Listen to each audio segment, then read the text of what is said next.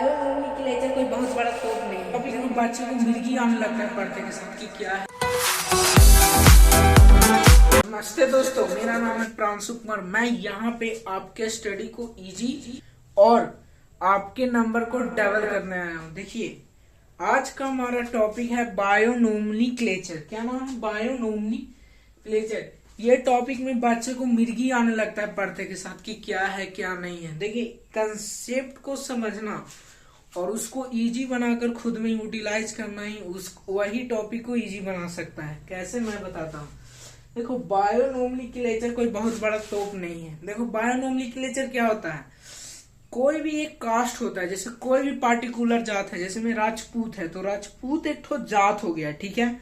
और उसमें हर किसी का नाम डिफरेंट डिफरेंट होता है। कैसे, मैं एक्सप्लेन करता हूँ। जैसे किसी का नाम है एक्स राजपूत, किसी का हम लोग मान लेते हैं किसी का नाम है एक्स राजपूत, किसी का नाम है वाई राजपूत, ठीक है।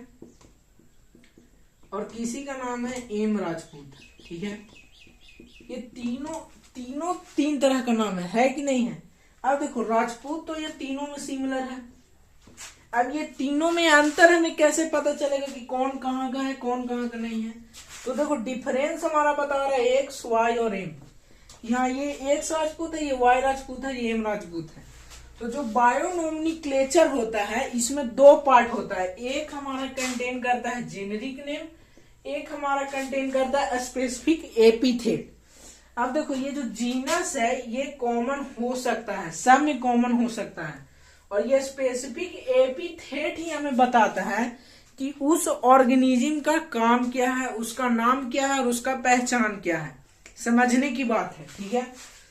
तो जो जेनेरिक नेम है ये तो सभी में पार्टिकुलर नहीं हो सकता है, बट ये जो स्पेसिफिक एपिथेट है ये सारे चीज में पार्टिकुलर हो सकता है। ये समझने की बात है। अब कैसे मैं बताता हूँ। देखो, ये जीनस है और ये स्पेसिफिक एपिथेट है। ये जो स्पेसिफिक एपिथेट है ये डिफरेंसेस बताता है, ठीक है। मतलब स्पेसिफिक एपिथेट ये किसी पार्टिकुलर ऑर्गेनिज्म और स्पीसीज में किसी ऑर्गेनिज्म को डिनोट करेगा। जैसे में देखो, तुम लोगों ने एग्जाम्पल सुना होगा पैंथेरा टिग्रिस। पैंथेरा टिग्रिस नाम का ऑर्गेनिज्म था, पैंथेरा लियो था, ये दोनों था। अब देखो, बताओ ये दोनों में पैंथेरा कॉमन है कि नहीं है?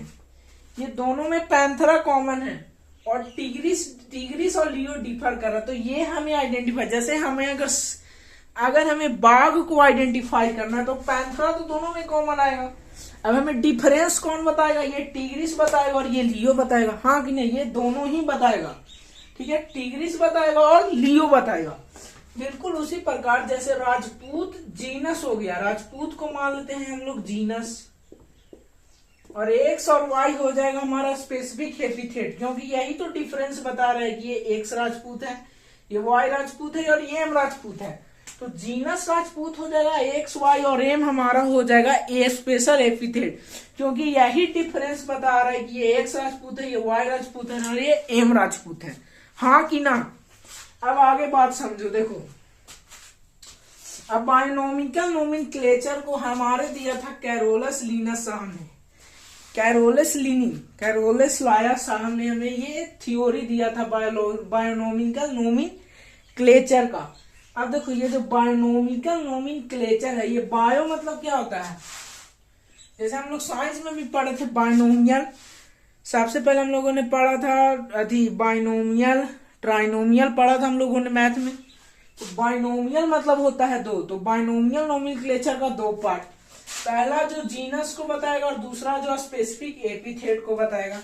जैसे में मैंगो का नाम होता है मैग्नीफेरा इंडिका। तो मैग्नीफेरा है, मैंगीफेरा, ये तो बता रहा है जीनस को, बट ये बता रहा है इंडिका को, ठीक है। अब आगे बढ़ो। Biological name written in Latin word. Biological name को हम लोग लैटिन वर्ड में लिखते हैं। अब लैटिन वर्ड में क्यों लिखते हैं? देखो, तुम लोगों ने इजराइल का एक तो डेड सी का नाम सुना होगा। इजराइल का जो डेड सी है उसमें कोई भी कभी डूब नहीं सकता है, ठीक है। बिल्कुल उसी प्रकार ये जो लैटिन वर्ड है ये डेड लैंग्वेज है।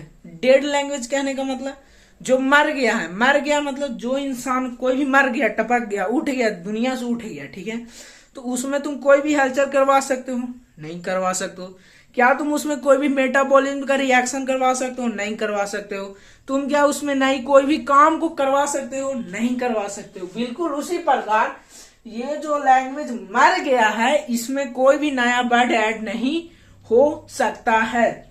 आप बात समझो, कोई भी नया वर्ड ऐड नहीं हो सकता है। तो क्या जो एक जो साइंटिफिक नेम जो आईसीबीएन से और आईसीजेडएन से डिस्कवर होया है, क्या इसमें कोई नया वर्ड ऐड होगा?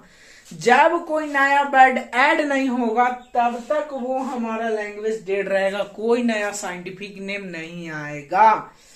जैसे में जो मैग्नीफेरा इंडिका है, ये all over world Mangifera indica नाम से ही जाना जाएगा, क्योंकि ये लैटिन वर्ड में लिखा है, ये डेड लैंग्वेज है। Latin word dead language means no new word add, कोई भी नया वर्ड उसमें ऐड नहीं होगा। जब नया वर्ड ऐड नहीं होगा तब उसमें कोई नया साइंटिफिक नेम आ नहीं सकता है। जो नाम एक बार पड़ गया वही नाम रहेगा। जैसे में किसी का घर में किसी को पिंटू बुलाता होगा, कोई किसी को बांदर बुलाता होगा, सब अलग अलग नाम से बुलाते हैं। पर लैटिन वर्ड में क्या है कि जो नाम एक बार पड़ गया वही नाम रहेगा, क्योंकि लैटिन में कोई नया वर्ड लैंग्वेज ऐड नहीं हो सकता है। अब देखो, बायोनोमेनक्लेचर को दो चीज की तरह डिवाइड किया जा सकता है। पहला स्टेप है 1। स्टेप 1 में क्या है, जब हम उसको हाथ से लिखेंगे, जब हम उसको हाथ से लिखेंगे तो पहले तो दोनों जो जीनस है और स्पेसिफिक एपिथेट है, ये दोनों को अलग अलग लिखेंगे, दोनों को पार्टिकुलर अलग अलग हाईलाइट करेंगे। जैसे में देखो, अगर हमें मैग्नीफेरा इंडिका हमने हाथ से लिखा, मैग्नीफेरा इंडिका, ऐसे और ऐसे इसको हाईलाइट करेंगे, अलग अलग हाईलाइट करेंगे, एक साथ नहीं हाईलाइट करेंगे, अलग अलग हाईलाइट करके लिखेंगे, ठीक है। अब साइंटिस्ट का नाम कैसे लिखेंगे सर? साइंटिस्ट का नाम शॉर्ट में और एब्रिविएटेड फॉर्म में लिखते हैं, ठीक है। अब देखो, नेम ऑफ साइंटिस्ट, दूसरा name of scientist written are not completely only in abbreviated form. अब एब्रिविएटेड फॉर्म मतलब क्या होता है?